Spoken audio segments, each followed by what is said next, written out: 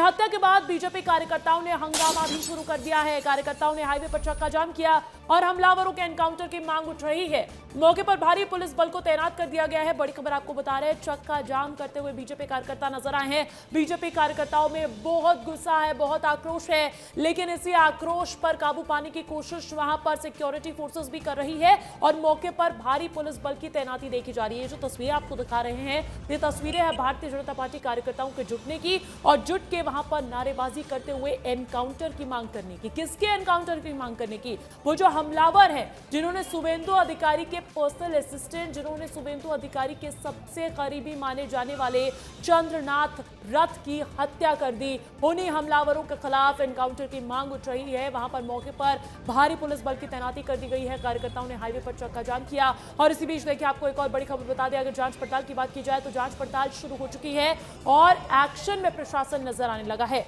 घटनास्थल पर एफएसएल की टीम पहुंची है और मामले की बारीकी से जांच की जा रही है, क्योंकि आपको वो गाड़ी भी दिखाई है विस्तार न्यूज ने, एक्सक्लूसिव गाड़ी, जिस गाड़ी में चंद्रनाथ पथ सवार थे और वहां पर कैसे अब सैंपल्स इकट्ठे किए जा रहे हैं, सबूत उठाए जा रहे हैं, क्योंकि ये एक बहुत गंभीर जांच होने वाली है। क्योंकि यहां पर इस हत्या को महज एक हत्या न करार देते हुए एक सोची समझी राजनीतिक हत्या बताया जा रहा है और ऐसे में बहुत मायने रखती है एफएसएल की जांच। घटनास्थल पर एफएसएल की टीम ने पहुंचकर उस गाड़ी का भी निरीक्षण किया है, उस गाड़ी का भी पता लगाया है जिस गाड़ी में सवार थे। देखिए ड्राइवर भी घायल हुआ है और जो शुभेंदु अधिकारी के पीए हैं, जो उनके बेहद करीबी है चंद्रनाथ रथ, वो भी सवार थे। ड्राइवर के ठीक बगल वाली सीट पर मौजूद थे और वहीं पर उसी की जो खिड़की है वो पूरी तरीके से क्षतिग्रस्त आपको इन तस्वीरों में भी नजर आ रही होगी। ये टूटा कांच और सीट पे बिखरा हुआ खून तस्वीरें बता रही है कि कितनी निर्मम हत्या इन हमलावरों ने की है। और जिस तरीके के बयान भी सामने आ रहे थे कि आधिकारिक तौर पर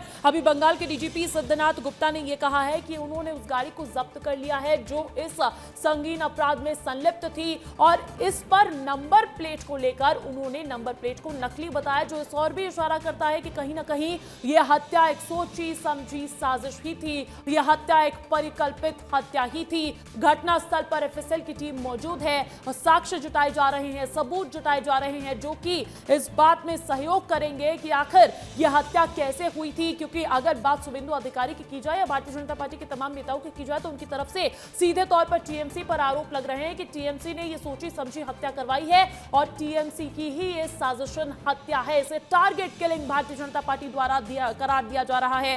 चंद्रनाथ रथ के घर पर पुलिस पहुंच गई। इस वक्त की बड़ी खबर आपको बता दें, परिवार के लोगों से पूछताछ की जा रही है और डीजी ने परिवार को भरोसा दिलाया है और जल्द ही दोषियों की गिरफ्तारी होगी, यह आश्वासन भी दिया है। बड़ी खबर आपको बता रहे हैं, डीजी ने परिवार को भरोसा दिलाया है, क्योंकि देखिए इस वक्त परिजनों पर क्या बीत रही होगी वो भी आप समझ पा रहे होंगे। और ऐसे में डीजी ने परिवार वालों से मुलाकात करके दोषियों की गिरफ्तारी का आश्वासन दिया है। चंद्रनाथ रथ के घर पर पुलिस पहुंची है, उनसे भी पूछताछ की जा रही है, उनसे भी समझा जा रहा है कि उस दौरान क्या कर रहे होंगे चंद्रनाथ रथ जब उनके साथ इस घटना को अंजाम दिया। क्या परिवार वालों को किसी पे शक है? परिवार वालों के भी बयान इसमें बहुत मायने रखते हैं और यही बात है और यही वजह है कि पुलिस जो है अब जांच पड़ताल चौतरफा शुरू कर चुकी है। एक तरफ साक्ष्य जुटाए जा रहे हैं, एफएसएल की टीम मौके पर पहुंची है, दूसरी तरफ स्थिति और ज्यादा बेकाबू ना हो जाए, क्योंकि स्थानीय जनता में आक्रोश है, बीजेपी कार्यकर्ताओं में आक्रोश है, उस ओर भी ध्यान दिया जा रहा है।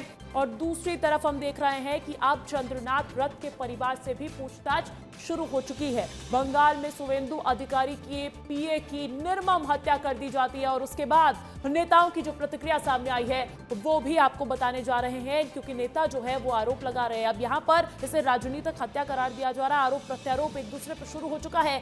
बीजेपी कह रही है कि टीएमसी ने ये सोची समझी हत्या करवाई है, तो टीएमसी का ये कहना है कि इसकी सीबीआई जांच होनी चाहिए। ये हम लोग का बात नहीं है, पुलिस का डीजीपी का बात है। 2-3 दिन रेकी करके fully pre planned murder, police ने इन्वेस्टिगेशन चालू किया।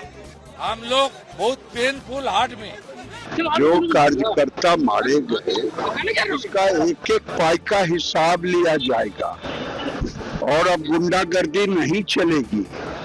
ममता जी भी जो एनार्किज्म कर रही हैं, इस उनको बर्खास्त कर दिया जाएगा। कि ये तो पुलिस का काम है, हम तो नहीं बोल सकेंगे, लेकिन जो सुनने में आ रहे हैं या जो ओवरहियर कर रहे थे या जो हमको भी समझ में आ रहे कि भवानीपुर में हमारे सीएम ममता बनर्जी जो पराजित हुए हैं उन्हीं का आफ्टर इफेक्ट शायद हो रही है। Police is investigating the matter.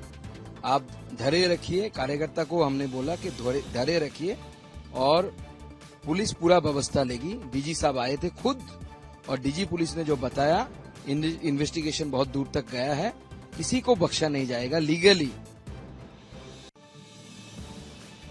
और भारतीय जनता पार्टी के बड़े नेताओं को सुन रहे थे आप, जो मौके पर भी पहुंचे, घटनास्थल पर भी पहुंचे हैं और इस पूरे हत्या को टीएमसी द्वारा करवाई गई हत्या करार दे रहा है, यानी कि इसे राजनीतिक हत्या बता रही है भारतीय जनता पार्टी। लेकिन साथ ही साथ ये बात भी कह रही है कि पुलिस का सहयोग किया जाएगा और ये कानूनी जांच का विषय है। और इसी बीच आपको यह भी बता दें कि चंद्रनाथ की हत्या पर टीएमसी ने भी अपनी प्रतिक्रिया दे दी है। टीएमसी ने भी इस घटना की कड़ी निंदा की है। टीएमसी ने यह कहा है कि इस घटना से हमारा तो कोई लेना देना नहीं है और दोषियों पर जल्द से जल्द कार्रवाई होनी चाहिए। टीएमसी ने पोस्ट किया है, टीएमसी ने घटना की कड़ी निंदा की है और दोषियों की पहचान करके जांच करने के बाद भी टीएमसी ने कही है, साथ ही दोषियों पर सख्त कार्रवाई की मांग हो। ये टीएमसी द्वारा बयान ऑफिशियली जारी कर दिया गया है, ये पोस्ट जारी कर दिया गया है। साथ ही टीएमसी ने एक और बड़ी बात इसमें लिखी है।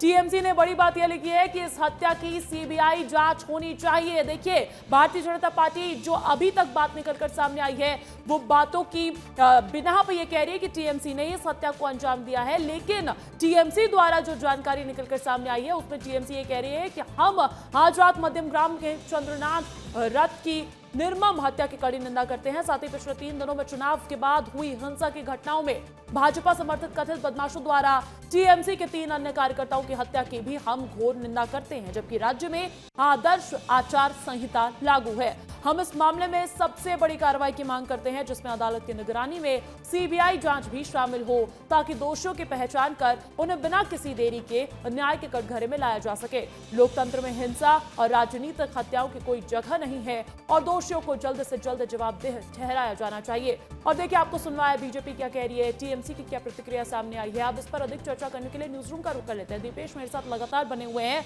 दीपेश, जिस तरीके से पूरा घटनाक्रम हुआ है, डीजीपी द्वारा जो बयान दिया गया है, फॉल्स नंबर प्लेट थी, ये सब इशारा कर रहा है कि एक सोची समझी साजिश तो थी, परिकल्पित हत्या तो थी, लेकिन टीएमसी इस हत्याकांड से पूरी तरीके से पलड़ा झाड़ते हुए और ये कहते हुए कि इसकी सीबीआई जांच आप करवा दीजिए, क्योंकि एमसीसी तो वहां पर वैसे भी लागू है।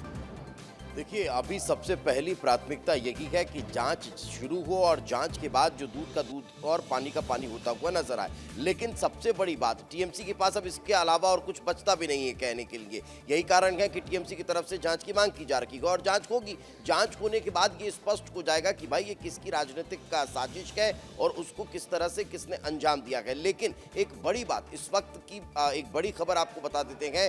चंद्रनाथ रथ के घर पर डीजी पहुंचे हुए हैं। डीजी ने परिवार के लोगों से बातचीत की है और परिवार के लोगों से बातचीत करने के साथ ही उन्होंने ये भरोसा दिलाया है कि जल्द ही जांच कंप्लीट होगी और जो दोषी हैं उनके खिलाफ कठोर कार्रवाई होती हुई नजर आने वाली है। इतना ही नहीं, जिस आप टीएमसी के द्वारा सीबीआई जांच की मांग की बात कर रहे हैं, उसको लेकर भी बहुत जल्द अब कुछ ना कुछ होता हुआ नजर आने वाला है। क्योंकि जब टीएमसी सीबीआई जांच की मांग कर रही है तो आप ये समझिए कि अब पश्चिम बंगाल में मुख्यमंत्री के शपथ ग्रहण के बाद मुख्यमंत्री सीबीआई जांच के लिए अनुशंसा करते हुए नजर आएंगे और फिर सीबीआई जांच भी होती हुई दिखाई देगी। यानी तैयारी पूरी दिखाई दे रही है। लेकिन अब जो परिस्थितियां निर्मित हुई है उसके बाद केंद्रीय जो फोर्सेस हैं उनकी जो चुनौतियां हैं वो और बढ़ जाती है, क्योंकि जैसे जैसे शपथ ग्रहण की तारीख और वक्त नजदीक आ रहा है वैसे वैसे ये जो स्थितियां हैं उन पर कंट्रोल करना बहुत जरूरी हो जाता है। क्यों हो जाता है? क्योंकि इतनी बड़ी राजनीतिक हत्या होने के बाद अब भारतीय जनता पार्टी के नेताओं का आक्रोश भी, साफ तौर पर कार्यकर्ताओं का आक्रोश भी आप और हम स्क्रीन पर देर रात से देख रहे हैं। यही कारण है कि अब इन्हें सबसे पहले समझाना, ये किसी तरह की प्रतिक्रिया न करें, उसको लेकर आगाह करना, ये सबसे बड़ी चुनौती हो जाता है। यही कारण है कि कल दोपहर में ही भारतीय जनता पार्टी ने एक बड़ी बैठक बुलाई थी, सभी विधायकों को बुलाया था और विधायकों को ये स्पष्ट संदेश दिया था कि टीएमसी की जो छवि पश्चिम बंगाल में रखी है, अब उस छवि के साथ हमें कतई काम नहीं करना है। यानी हमें अराजकता को खत्म करना है, हमें पश्चिम बंगाल को विकास की रफ्तार के साथ आगे बढ़ाना है। तो अब वो पश्चिम बंगाल बनाना है जिसके बारे में, जिसकी चर्चा पूरे देश और दुनिया में इतिहास में हुआ करती थी। यही कारण है कि इसको लेकर विधायकों को बुलाया गया था और कह दिया गया था। मगर जिस तरह की परिस्थितियां निर्मित हो रही थी, जिस तरह से एक के बाद एक ये खबरें निकलकर सामने आ रही थी कि छुटपुट घटनाएं हो रही है, कहीं तोड़फोड़ हो रही है, कहीं हंगामा हो रहा है, कहीं विजय जुलूस के नाम पर उपद्रव हो रहा है, तो इन तमाम चीजों को बिल्कुल लेकर अभी तक बात यही थी ना कि कल शाम तक, कल रात तक फिर भी माहौल सामान्य इसीलिए था क्योंकि हमने देखा कि डीजी ने भी और पुलिस कमिश्नर ने प्रेस वार्ता करके ये कहा था कि अभी तक 200 से ज्यादा लोगों पर एफआईआर दर्ज हुई है, 400 से ज्यादा लोगों की गिरफ्तारी हम देख रहे थे। साथ ही उनकी तरफ से यह आंकड़ा भी रखा गया था कि 11 से ज्यादा लोगों को प्रिवेंशन डिटेंशन भी दिया गया है। लेकिन अभी तक वो जो दायरा था वो बहुत ही सीमित नजर आ रहा था। छुटपुट हिंसा की जो बात है वो निकलकर सामने आ रही थी, लेकिन उसके बाद जो होता है उसने पूरे बंगाल में सनसनी फैला दी है। दीपेश,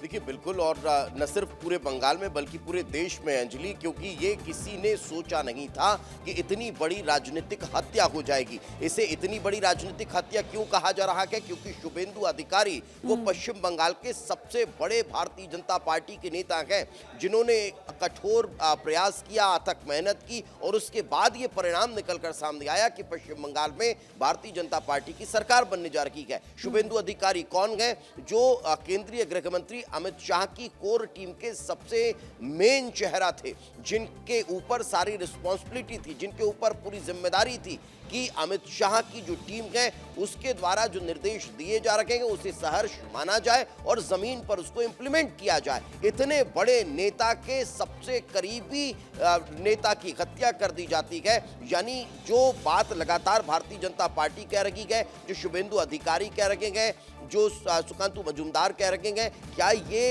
उस तरफ इशारा करता है कि कहीं ऐसा तो नहीं कि जो हमलावर थे उनके निशाने पर शुभेंदु अधिकारी थे? और अगर शुभेंदु अधिकारी उनके निशाने पर थे तो सोचिए कि कितनी बड़ी साजिश को अंजाम दिया जा रहा था, कितनी बड़ी हत्या की प्लानिंग कर रखी थी। यानी जो अब वहां हमलावर थे वो बहुत ट्रेंड थे और वो जिस तरह से हमला करते नजर आए ये दर्शा रहा है कि सब कुछ स्क्रिप्टेड था। और अगर स्क्रिप्टेड था तो उसके पीछे किसका हाथ था? अगर साजिश थी तो उस साजिश का साजिशकर्ता कौन था? अगर रणनीति को अंजाम दिया गया तो इनके पीछे कौन रणनीतिकार थे जो इस तरह से राजनीतिक हत्या करा रखे थे? तो ये तमाम सवाल है। लेकिन जिस बात का आप जिक्र कर रहे हैं कि अब जो सुकांतु मजूमदार कह रहे हैं कि भारतीय जनता पार्टी के मुख्यमंत्री की शपथ ग्रहण के बाद धीरे धीरे सब कुछ सामान्य होता चला जाएगा। अब वो बंगाल नहीं रहेगा जो ममता राज में हुआ करता था। बिल्कुल, भारतीय जनता पार्टी जैसा कि अपने संकल्प पत्र में भी दावा कर चुके हैं, रक्त चरित्र की जो पहचान पश्चिम बंगाल की है उससे निजात मिलाने का काम भारतीय जनता पार्टी की प्राथमिकता रहने वाली है। और आप भी जानकारी दे रहे हैं, हम भी चर्चा कर रहे हैं कि जो हमला हुआ वो एक सोची समझी साजिश की तरफ इशारा कर रहा है। और सबसे चिंताजनक बात जिसमें आपने भी अंकित किया है दीपेश, की अगर जो हमलावर शुभेंदु अधिकारी के पीए तक पहुंच सकते हैं तो हो सकता है वो शुभेंदु अधिकारी तक भी पहुंच सकते थे। ये बड़ी चिंता का विषय है और बहुत बड़ा सवालिया निशान भी है। दीपेश, आपके पास लौटूंगी।